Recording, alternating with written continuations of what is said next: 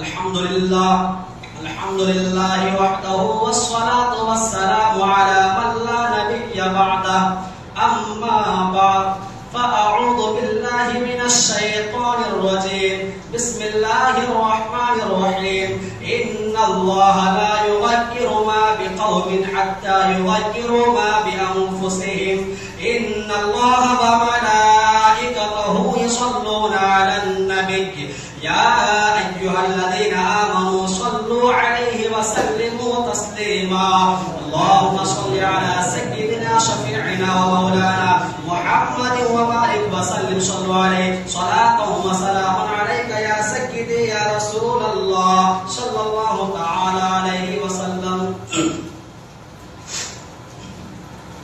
جب عشق سکھاتا ہے آداب خود آگاہی، جب عشق سکھاتا ہے آداب خود آگاہی، کھلتے ہیں غلاموں پر اسرار شہنشاہی.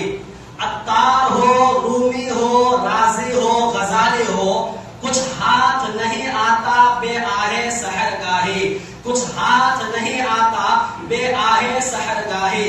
اے طائر لا ہوتی اس رزق سے موت اچھی، اے طائر لا ہوتی اس رزق سے موت اچھی، جس رزق سے آتی ہو پرواز میں کوتاہی، جس رزق سے آتی ہو پرواز میں کوتاہی.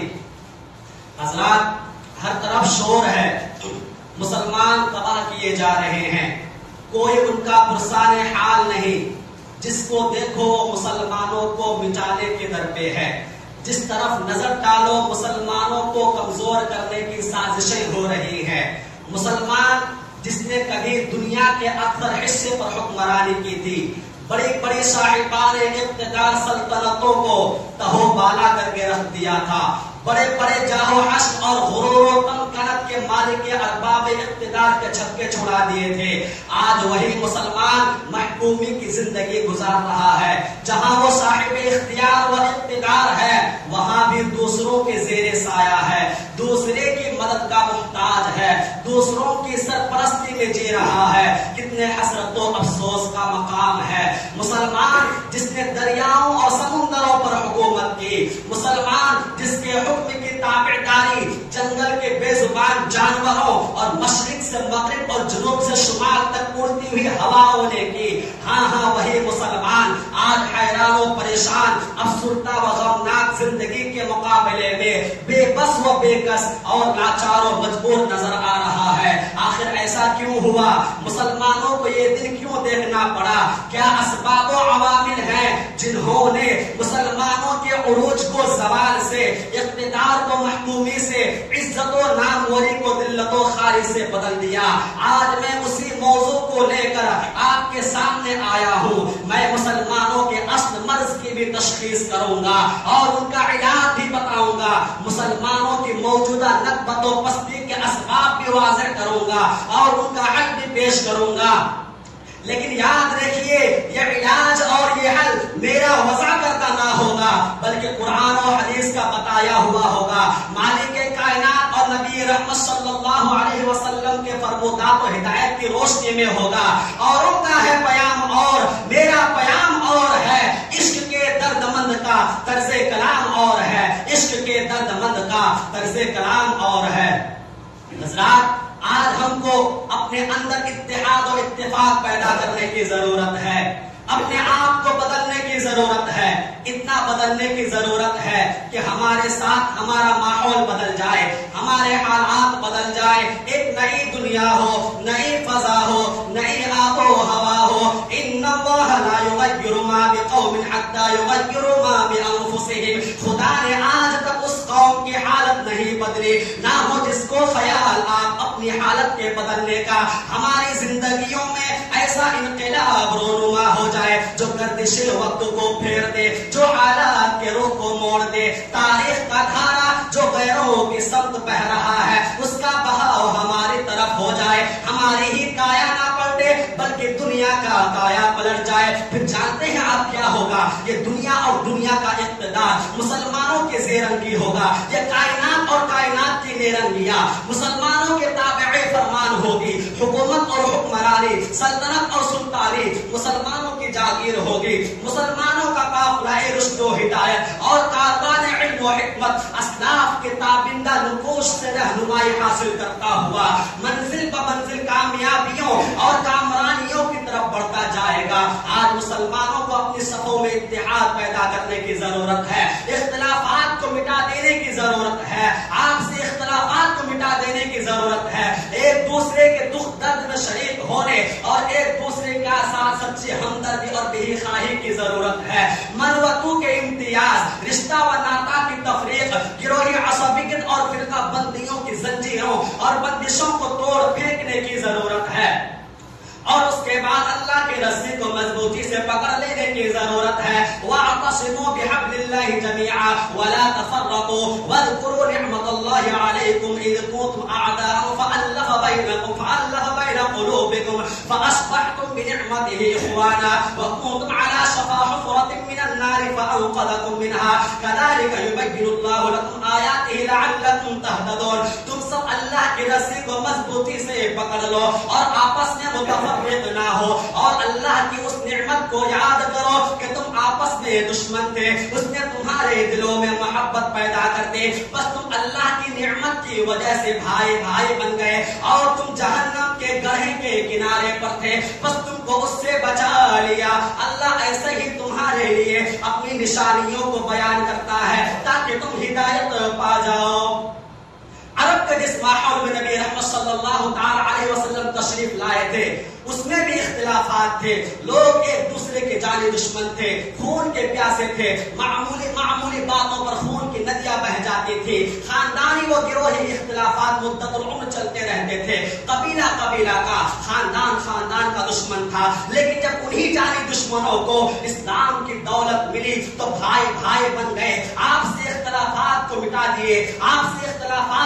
دیے، ذاتی دشمنی کو فراموش کر دیا، اور دینی اخوت کی بنا پر ایک دوسرے کے ہمدرد اور خیر خواہ بن گئے۔ مدینہ سے ان میں عداوت چلی آ رہی تھی، وہ بھی گلے مل گئے، اور زمانہ جاہلیت کی عداوت ایک داستان پارینہ بن گئے۔ سورہ انفال میں اللہ تعالیٰ ارشاد فرماتا ہے وَأَلَّفَ بَيْنَ قُلُوبِهِمْ لَوْ أَنفَقْتَ مَا فِي الْأَرْضِ جَمِيعًا مَا أَلَّفْتَ بَيْنَ قُلُوبِهِمْ وَلَكِنَّ اللَّهَ أَلَّفَ بَيْنَهُمْ إِنَّهُ عَزِيزٌ حَكِيمٌ۔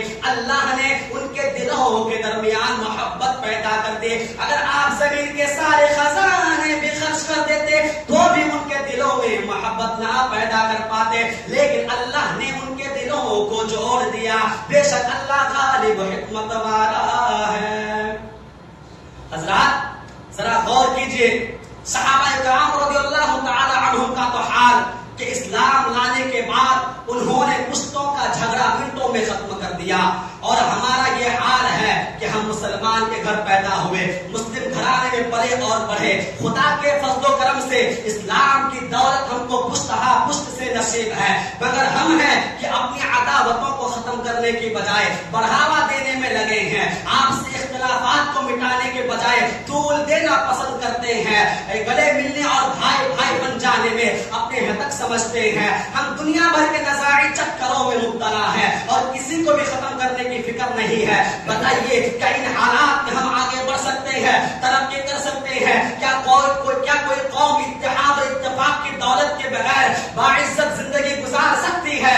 منفعت ایک ہے اس قوم کا، نقصان بھی ایک ہی، سب کا نبی، دین بھی، ایمان بھی ایک، حرم پاک بھی، اللہ بھی، قرآن بھی ایک، کچھ بڑی بات تھی ہوتے جو مسلمان بھی ایک، کچھ بڑی بات تھی ہوتے جو مسلمان بھی ایک۔ فرماتا ہے انما المؤمنون اخوہ، سب مسلمان بھائی بھائی ہیں۔ نبی رحمت صلی اللہ تعالی علیہ وسلم ارشاد فرماتے ہیں المسلم من سلم المسلمون من لسانه، مسلمان وہ ہے جس کی زبان اور ہاتھ سے دوسرے مسلمان محفوظ ہو۔ نبی رحمت صلی اللہ تعالی علیہ وسلم کا ہی ارشاد ہے کہ تمام مسلمان فرد واحد کی طرح ہے، اگر آنکھ بیمار ہوگی تو پورا جسم تکلیف محسوس کرے گا، اگر سر بیمار ہو جائے تو پورا جسم تکلیف میں مبتلا ہو جائے گا، کسی عضو میں کوئی تکلیف ہو اس کا درد، اس کی پریشانی پورا جسم جھیلتا اور محسوس کرتا ہے۔ وہ ایک قوم جسم ہے،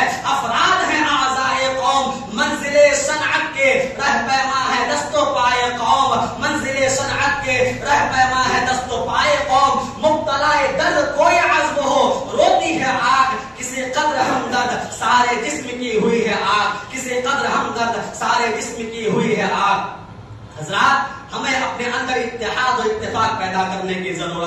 اختلافات کو مٹا دینے کی ضرورت ہے، گروہی عصبیتوں کو فنا کر دینے کی ضرورت ہے، بھئی ہم کو کامیابی و کامرانی حاصل ہوگی۔ ہمیں یہ بھی دیکھنا ہے کہ ہمارے اندر عمل کی کمزوری تو نہیں آ گئی، کہیں ایسا تو نہیں ہے کہ ہمارے اسلاف جس طرح دین پر عمل کرتے تھے، دین کی خاطر اپنا تن من و دھن لٹا دیتے تھے، ہم نے اسے چھوڑ دیا ہو۔ مسلمانوں سوچو، کیا یہ حقیقت نہیں ہے کہ ہم نے اپنے اسلاف کے نقش قدم پر چلنا چھوڑ دیا؟ ہمارا اعمال نامہ عمل صالح و دولت سے مالا مال نہیں، ہم اللہ کے نہیں بنے، اسی لیے اللہ بھی ہمارا حامی و مددگار نہیں۔ ہم نے غیروں کی وضاحت اپنا لی، غیروں کا تمدن اختیار کر لیا، غیروں کے طور طریق پسند کر لیے، اسی لیے ہمارا یہ حال ہے جو ہم اور آپ دیکھ رہے ہیں۔ حالانکہ اگر ہم دین پر چلیں تو اللہ کا وعدہ ہے کہ وہ ہمیں کامیابی و کامرانی عطا فرمائے گا، ہمیں فوز و فلاح سے ہمکنار کرے گا، دنیا اور آخرت دونوں جگہ سرخ روئی نصیب فرمائے گا، مگر شرط یہ ہے کہ ہم ایمان والے بنے رہیں، صرف زبانی دعوی ایمان نہ ہو بلکہ ایمان کے تقاضوں پر عمل کرنے والے بن جائے، اللہ کے دین کی مدد کریں تاکہ اللہ بھی ہمارا حامی و مددگار ہو جائے۔ اللہ تبارک و تعالی ارشاد فرماتا ہے اگر تم اللہ کے دین کی مدد کرو گے تو اللہ بھی تمہاری مدد کرے گا اور دشمنوں کے مقابلے میں تمہارے قدموں کو جما دے گا۔ قرآن دوسری جگہ کہتا ہے وَلَا تَهِنُوا وَلَا تَحْزَنُوا وَأَنْتُمُ الْأَعْلَوْنَ إِن كُنتُم مُؤْمِنِينَ، بس ہمت نہ کرو اور غم نہ کرو، تم ہی سربلند رہو گے اگر تم مومن رہے۔ قرآن تیسری جگہ کہتا ہے مَنْ عَمِلَ صَالِحًا مِنْ ذَكَرٍ أَوْ أُنْثَىٰ وَهُوَ مُؤْمِنٌ فَلَنُحْيِيَنَّهُ حَيَاةً طَيِّبَةً وَلَنَجْزِيَنَّهُمْ أَجْرَهُمْ بِأَحْسَنِ مَا كَانُوا يَعْمَلُونَ۔ جو مرد عورت ایمان لانے کے ساتھ ساتھ نیک عمل بھی کریں، ہم انہیں پاکیزہ زندگی عطا کریں گے اور انہیں اس سے زیادہ اچھا بدلہ دیں گے جو وہ عمل کرتے ہیں۔ قرآن یہ بھی کہتا ہے کہ اللہ اگر تمہاری مدد کرے تو پھر کوئی تم پر غالب نہیں آ سکتا، لیکن اگر اللہ تمہیں ذلیل و رسوا کر دے تو پھر اللہ کے مقابلے میں کوئی تمہارا حامی و مددگار نہیں مل سکتا۔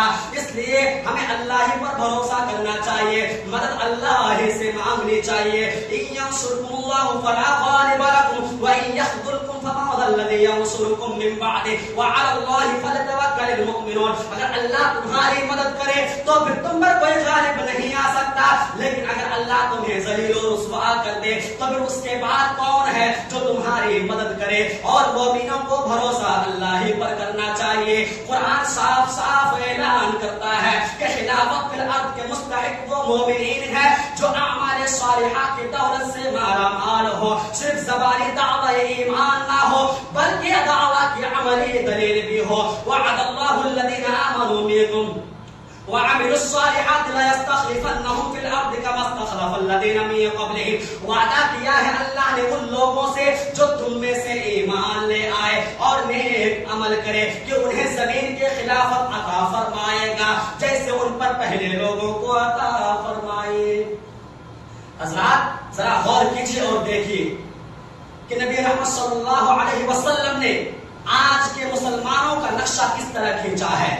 نبی رحمت صلی اللہ علیہ وسلم کے ارشاد کو سنیے اور سوچئے کہ کیا آج وہی حالات نہیں ہے جن کی 1400 برس پہلے نبی رحمت صلی اللہ علیہ وسلم نے پیشن گوئی کر دی تھی۔ نبی رحمت صلی اللہ علیہ وسلم فرماتے ہیں کہ مسلمانوں پر ایک زمانہ ایسا آئے گا کہ غیر قومیں مسلمانوں کو مٹانے کے لیے اسی طرح ایک دوسرے کو بلائے گی جس طرح کھانے والا اپنے پیالہ کی طرف بلاتا ہے۔ صحابہ کرام رضی اللہ تعالی عنہم نے عرض کیا اے اللہ کے رسول وَمِن قِلَّةٍ نَحْنُ يَوْمَئِذٍ، شاید اس وقت ہماری تعداد کم ہوگی۔ نبی رحمت صلی اللہ علیہ وسلم نے فرمایا بل انتم یومئذ کثیر ولکنکم غطاء کغطاء السبیل ولینزعن اللہ من صدور عدوکم المہابۃ علیکم وليقذفن فی قلوبکم الوہن۔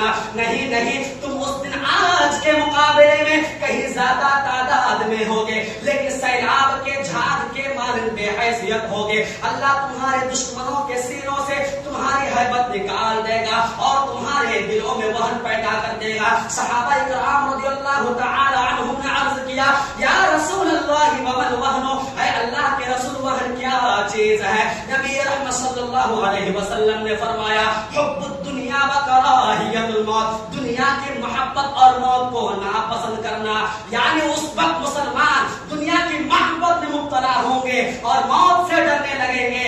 اے لا الہ کے وارث، باقی نہیں ہے تجھ میں گفتار دل برانا، کردار قاہرانہ، تیری نگاہ سے دل سینوں میں کانپتے تھے، کھویا گیا ہے تیرا جذب قلندرانہ، کھویا گیا ہے تیرا جذب قلندرانہ۔ وآخر دعوانا الحمدللہ رب العالمین، جو حضرات سنت میں پڑھے وہ سنت